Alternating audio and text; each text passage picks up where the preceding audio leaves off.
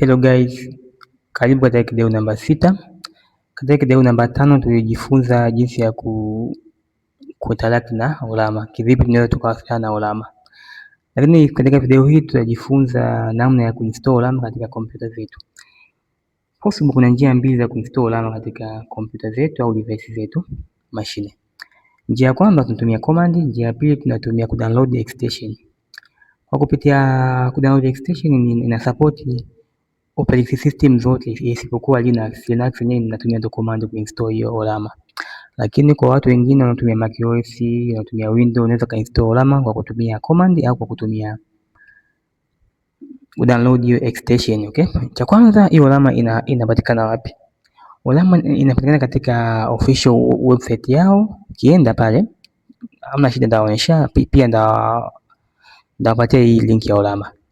Ukienda utakutana na operating system zote tatu hapa. Utachagua ipi ambayo unatumia kulingana na OS ambayo unatumia kwenye mashine yako. Kwa mtu ambaye anatumia Windows click Windows, kisha atapata pale extension na command yake, labda atachagua extension na download, itakuwa install kwenye kompyuta yake. Anayetumia macOS pia vile vile download kutumia extension au command atarun, kisha mwisho siku itakubali.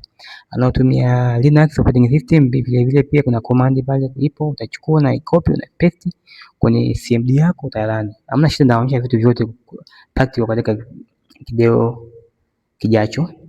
Vile vile ukisha install Linux kwa kompyuta Linux, utaona message kama hii kwamba umeshamaliza kuinstall. Sasa hivi ni unaweza tu ukaitumia kwa kuuliza maswali na vitu vingine vyote, sawa? Sasa hiyo Ollama katika website yao ndio hii hapa. Baada ungefika hapa utakutana na kitu kama hichi, interface kama hii. Kisha wewe utakuja hapa downloads. Shika downloads hapa, utachagua operating system ambayo unaitaka. Kwa mtu anayetumia macOS uta click lab extension hapa au command hii hapa. Kwa mtu ambaye anatumia Linux vile vile atatumia command lakini hamna extension kama nilivyosema mwanzo. Anayetumia Windows vile vile ata click tu hapa Windows operating system, utaona hapa kuna extension vile vile hapa pia kuna command. Kwa hiyo atachukua, atakopi, ataenda kwenye command prompt yake, ata click, ata paste, kisha atarani. Mwisho wa siku Ollama itakuwa installed kwenye mashine yako. Baada hapo utaitumia.